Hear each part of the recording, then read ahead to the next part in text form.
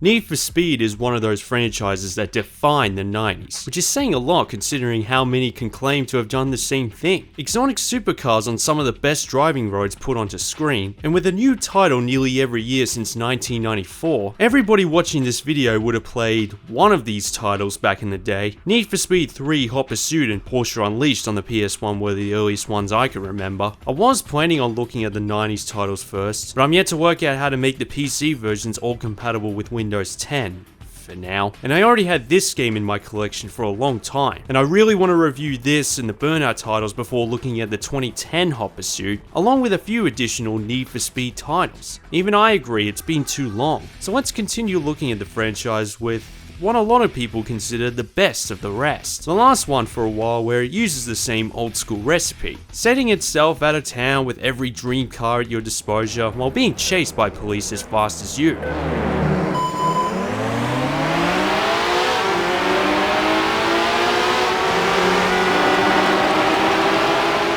And it has been a very long time since I've played Hot Pursuit 2, like well over a decade ago. I borrowed the PC version off a friend in 2007 and played this while I was with my family on a long road trip across the Great Ocean Road. A little ironic considering the settings of the game being similar to this road. And after that I never played it again, so my memories aren't as nostalgic as other titles like Underground and Most Wanted. I thought it was good back then, until I realized almost a decade later that the PlayStation 2 version specifically is the superior version. Now the Xbox, GameCube and PC versions are the same, so we'll call it the Seattle version since it was developed by EA Seattle. Fun fact, this is one of the first titles to be released for multiple systems since the Need for Speed in 1994. The rest were only released for PC and PS1 only. But what's interesting is that the PlayStation 2 version was made by a different developer, Black Box in Vancouver. Before and while they were the makers of Need for Speed titles for the next decade, they made a couple of NHL titles for Sega and Midway, and even in the middle of the Underground era. It's crazy how quickly games were made even back then. Anyway, their first game was a PS1 port of NASCAR 2001 for EA, and were impressed enough that they tasked Black Box to make a PlayStation 2 version of Need for Speed Hot Pursuit 2.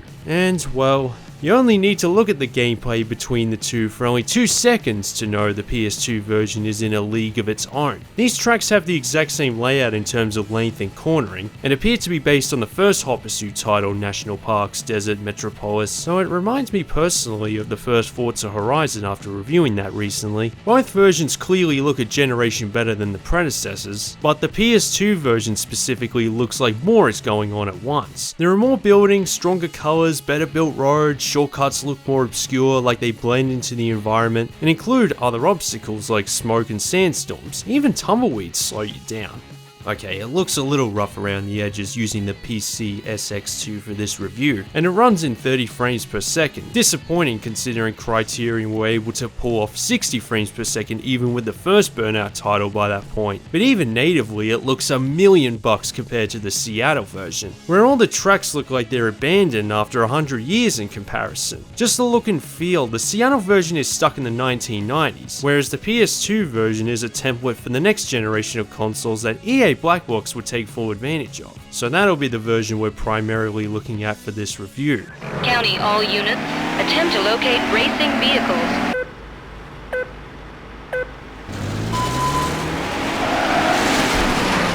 One thing you're going to notice from the first few races is how much of a grind it feels. The cars you start off with are the slowest, of course, fair enough, even though in real life I love to drive these. And because these tracks are as massive as the predecessor, no actually even larger, one lap can take 4 minutes. Like even in the beginning, one race is 10 minutes of this. And if you're playing the Seattle version, this desert track is non-existent, which they compensated by mirror reflecting the rest of the other tracks, which I didn't even remember, but it definitely makes it even more repetitive.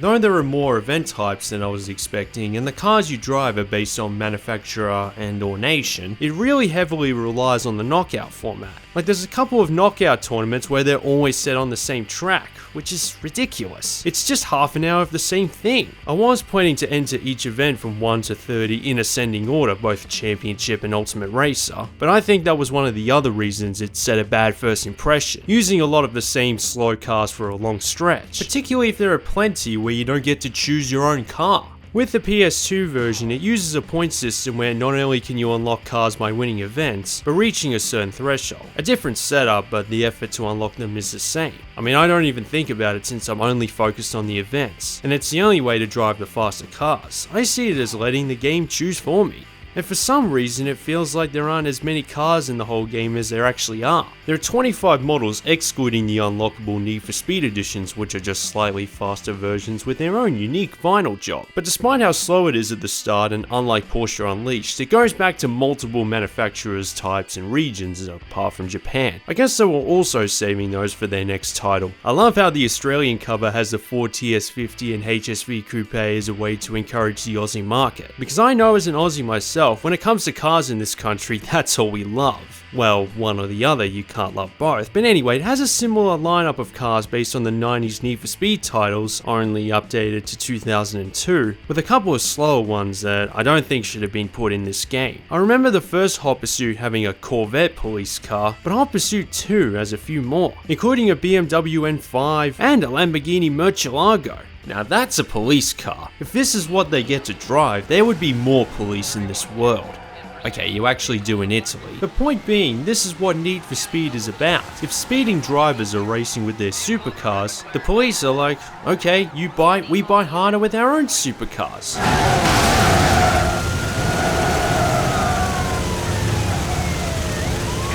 31 County. I've stopped the McLaren F1LM. Copy 31.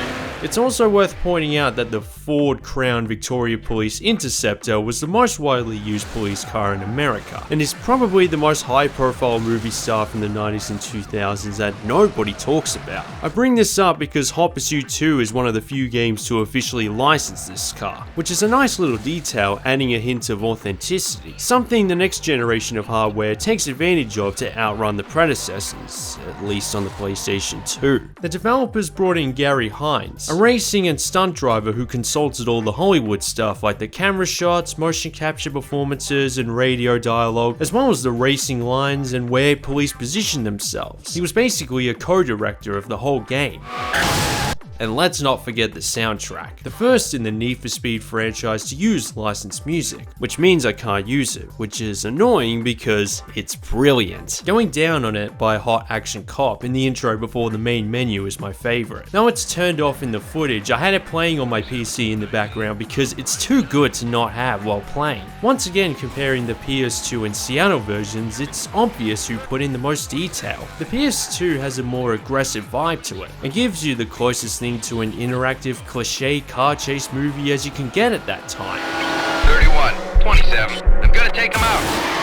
It's 46-9. We have a barricade. It's near the Vista Point. County All Patrol. Roadblock is in place. And this brings me to Ultimate Racer. I've surprisingly been more critical of Hot Pursuit 2 than I would have liked, but now's my chance to talk about what makes it absolutely epic. It's basically the same as the championship events, if you threw in every police officer in the world trying to stop you. During a race, every once in a while, there's a police car waiting to pounce on any speeding offenders. 27 County. He flew through the radar. He's going 100 plus. But unlike Most Wanted, if you get caught, it's just a fine, a warning, a way for opponents to catch up or pull away. Seriously, why can't you just hit him with the car door and drive away again? You're gonna be doing the same thing straight after that anyway. However, 3 strikes and that's the end of your race. You're busted!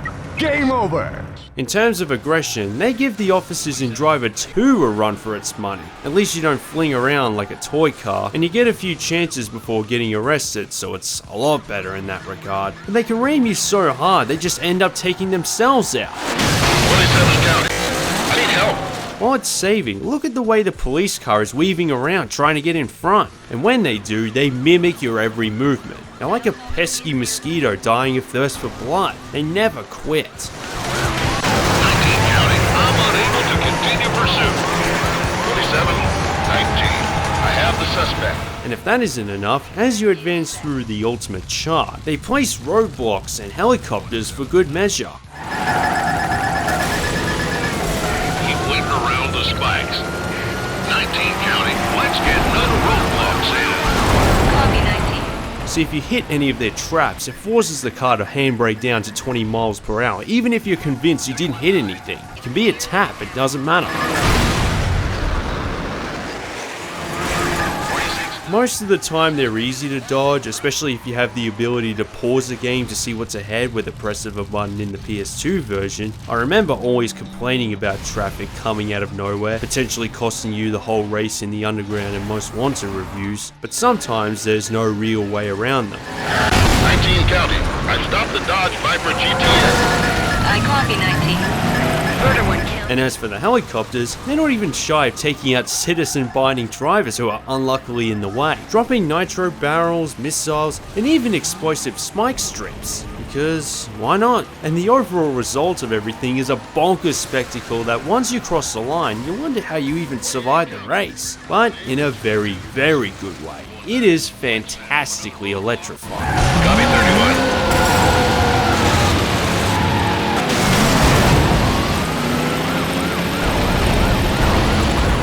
There's also a pursuit mode where you play as the cop, but though it is satisfying taking out the races in a time limit, and you have all the advantages that might frustrate you being the race driver, turns out I didn't need any of these to catch him. 46 in high-speed pursuit. Vehicle is a blue BMW and Congratulations, you're a credit to the Force. Am I? We're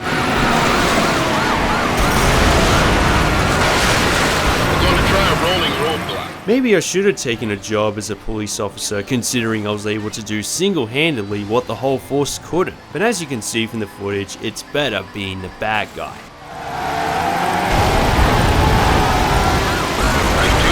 27. Let's bump in. Time for bumper cars. 19 County. I'm in the ditch.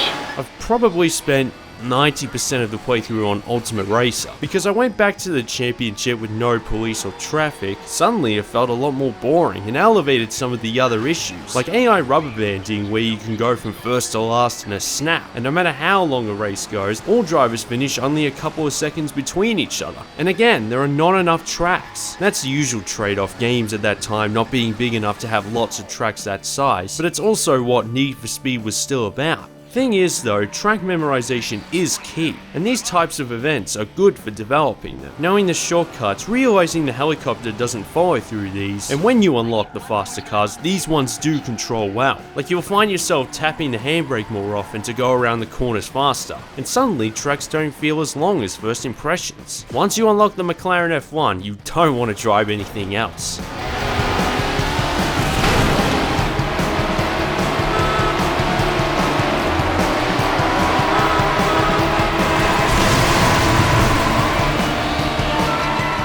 Most likely due to motivation of not letting the rubber banding get the edge, but I think this is another case where it might be beneficial to the gameplay once you finally unlock the supercars. That's when the game becomes one of the best. The good kind of annoying that puts you out of your racing seat and your eyes peeled, and extreme levels of satisfaction if you win, because that pressure from the force is constant.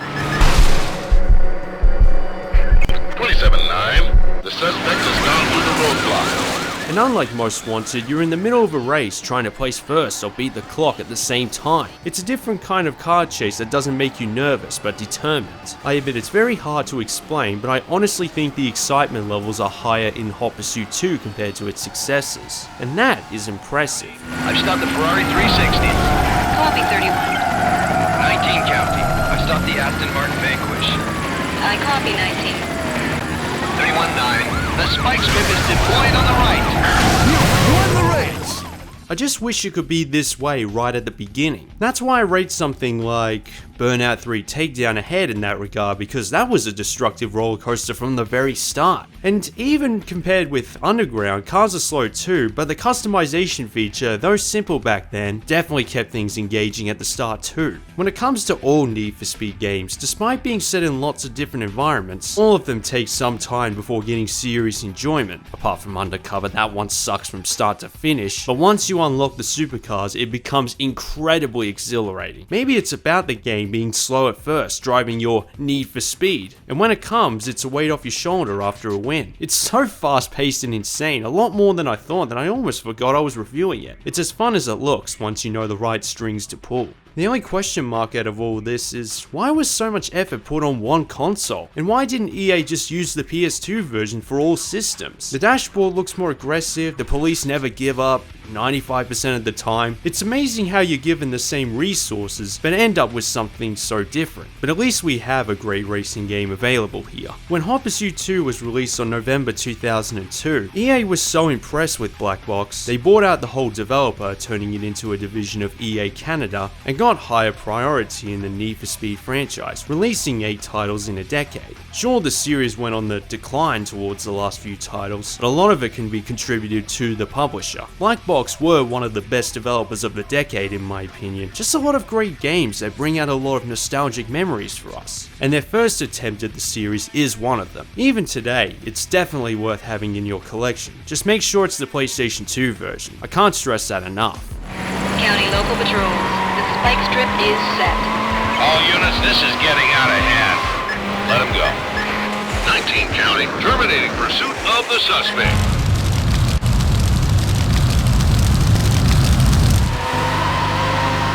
You won the race!